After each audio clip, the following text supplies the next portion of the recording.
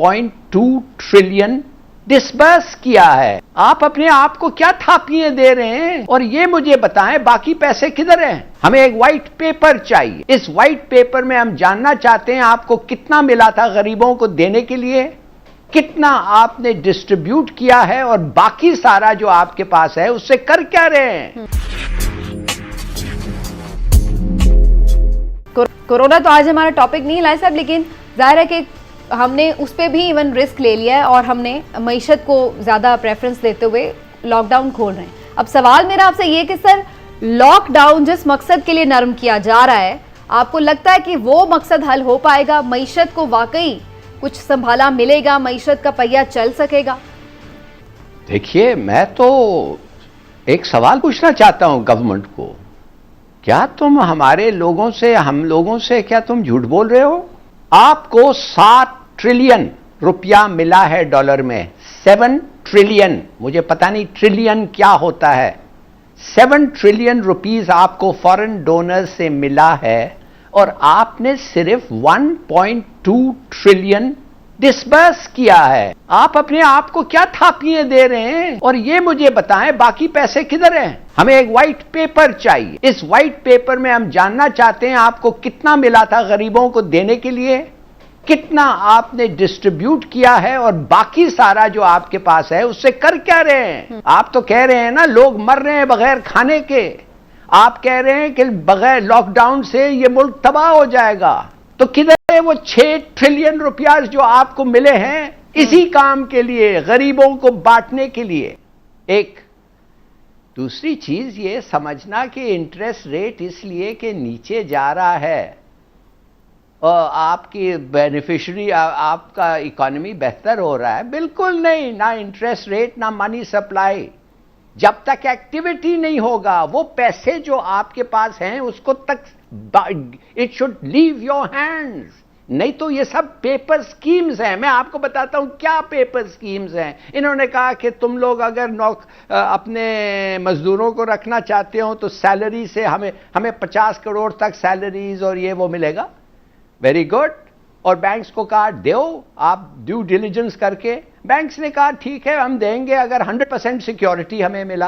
अरे भाई, बोरोअर को आप कहते हैं 100% सिक्योरिटी दे, उसके पास 100% सिक्योरिटी है नहीं, इसके माने आप दे नहीं सकते to those who don't have security. तो ये क्या है? ये एक पेपर स्कीम है। ठीक। दूसरी बात आपको मैं बार बार कहता हूं, पब्लिक वर्क्स प्रोग्राम्स करें। मैं तो वो ट्री प्लांटेशन की भी मैंने तारीफ की है, खुदा जाने कितने प्लांट हुए हैं कितने नहीं हुए हैं। डैम्स बड़ी अच्छी बात है, मगर एक डैम जो कमीशन हुआ है नॉर्थ में, या ठीक है बड़ी अच्छी बात है, मगर खुदा के लिए कुछ ऐसे भी पब्लिक वर्क्स करें पॉपुलेशन सेंटर्स के नजदीक। उधर तक तो नहीं जाना पड़े लोगों को अपने घर छोड़ के, पता नहीं 4 दिन का सफर। सही है, ये भी आप थोड़ा सा सोचें। मैं भी इस पर आती हूँ कि मजीद क्या हो सकता है। लेकिन जो आपने 1-2 सवाल उठाए ना अली साहब, उन पे बात करना बड़ा जरूरी है। एक तो आपने ये बात की है कि खरबों रुपए मिले हैं हुकूमत को। सर, ये आप ओवरऑल जो इमदाद मिल रही है मुख्तलिफ बैंक से, जैसे कि आलमी बैंक से कुछ मिले पैसे, कुछ एशियाई तरक्याती बैंक से मिले हैं, ये ओवरऑल आप उनकी बात कर रहे हैं या कोई अदर देन दिस आपको इन्फॉर्मेशन है कि कोई डोनेशन मिली है? नहीं भाई, ओवरऑल जो मिली है, देखिए मैं भी अकबर के तरह कागज हिला रहा हूं, इस तरफ देखें मेरे तरफ। अच्छा, ठीक है। ये देखिए, अगर आप चाहती है मैं पढ़ के सुना सकता हूं। ठीक हो गया। तो आपको आपके हिसाबो किताब के मुताबिक ये कितने खरबों रुपए मिले हैं और वो आवाम तक नहीं पहुंचे। लेकिन इमरान साहब, आप क्या समझ रहे हैं? हुकूमत तो हमें ये आके बता रही होती है कि हमारे पास इतने पैसे नहीं हैं कि हम हर रोज़ लोगों को फीड कर सकें। आपके ख्याल से ये तरीका ठीक है कि लोगों की बराह रास्त इमदाद कर दी जाए पैसे दे के, या फिर ये तरीका ठीक है कि बहरहाल रोज़गार के लिए आसानी फ्राहम की जाए ताकि लोग अपनी रोटी खुद कमा सकें? देखिए, आपकी जो मैशत है ना, वो किस पे सबसे ज़्यादा सहारा है? उसका रीढ़ की हड्डी क्या है? रीढ़ की हड्डी होती है किसी भी मुल्क की मैशत में उसकी एक्सपोर्ट्स। अब मैं थोड़ा सा इस पे आपको जवाब देने से पहले ये बता दूं कि 2013 में आपकी एक्सपोर्ट थी तकरीबन 25 अरब डॉलर की। अच्छा, ये कम होते होते 2016 में आ गई 20.5 अरब डॉलर पे। अब उसके बाद 2016 से ये बढ़नी शुरू हुई 5.1 परसेंट के हिसाब से, और ये 2019 में ये चली गई 23.8 अरब डॉलर पे। लेकिन अब कोरोना की वजह से क्या हुआ, कोरोना की वजह से आपका जो मेन एक्सपोर्ट है वो है आपका टेक्सटाइल, और टेक्सटाइल में आपके ज़्यादा गाहक कौन से हैं? गाहक हैं यूएस, यूके, जर्मनी, फ्रांस, जो कि सब बंद पड़ा है। यूरोप। हाँ जी।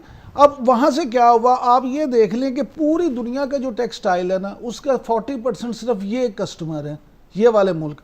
आपकी जो एक्सपोर्ट है उसका तकरीबन 50% यहाँ जाता है, और बाज़ रिपोर्ट्स के मुताबिक 56%। ठीक। अब जब वो 56% आपका अगर कम हो जाता है तो आप उससे देखिए आपकी एक्सपोर्ट कहाँ जाएगी।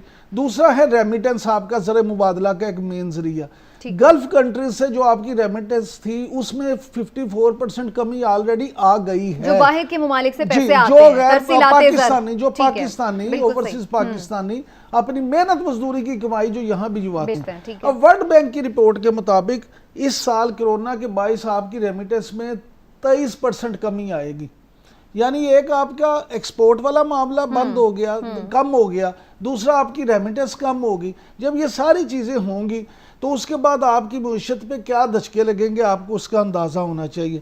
उसका अब नतीजा क्या है, अब आप देख लें कि टैक्स रेवेन्यू है जो कोरोना के बायस, उसमें 19% कमी जो है ना वो बताई जा रही है कि जी 19% कमी हो जाएगी, जो पहले 4.8 ये तो हम ट्रिलियन नुकसान थी। के ऊपर तो बात कर ही रहे हैं, जो इम्पैक्ट आ रहा है, जो उसमें खराबी आ रही है। जो मेरा आज का सवाल है वो ये कि जो अब ये लॉकडाउन खुलने से, मईशत का पहिया चलने से, शरह सूद में कमी करने से, और जैसे हिलाली साहब बता रहे हैं कितने पैसे जो बाहर से आ गए हैं उनसे, हिलाली साहब आप ब्रेक से जाने से पहले कुछ कहना चाह रहे थे, वो भी आप प्लीज कमेंट कर लीजिए। और साथ ही ये जरूर मैं शॉर्टली आपसे जानना चाहूंगी सर, आपके नज़दीक गवर्नमेंट मजीद क्या कर सकती है, ऐसे स्टेप्स ले सकती है जिससे जो हमारी इकॉनमी है उसको थोड़ा सा सहारा मिले, थोड़ा सा पहिया चले, कुछ बेहतरी आए?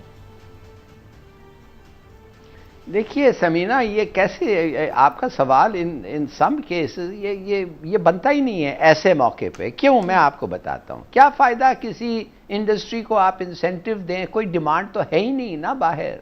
मिसाल के तौर पे अगर आप चाहते हैं कि हमारे लोग यान जो हम बेचते हैं चीन और बांग्लादेश को, उस पे लोगों को कहें कि चलो बनाओ, भाई चीन एंड बांग्लादेश की market has fallen flat. Bangladesh तो उसके वही प्रॉब्लम्स है जो आपके पास है, एंड चाइना टू, काफ़ी हद तक उनका भी मार्केट डिप्रेस हो गया है।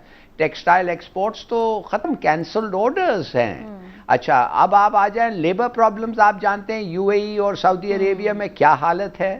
तो मैं ये समझता हूँ कि ये काम गवर्नमेंट का है। हमें प्रॉब्लम सब पता है, labour problems, export, cancelled orders और पेमेंट्स नहीं। मैं ये गवर्नमेंट से जानना चाहता हूँ जो इतने सारे मिनिस्ट्रीज़ पे बैठे हुए हैं कि हमें प्रॉब्लम्स पता है, आप हमें सोल्यूशन दें। आप दें सोल्यूशन, इसलिए कि हम जो सोल्यूशन देते हैं वो तो आप तैयार नहीं हैं उसको इम्प्लीमेंट करने के लिए। तो व्हाट आर योर सॉल्यूशंस?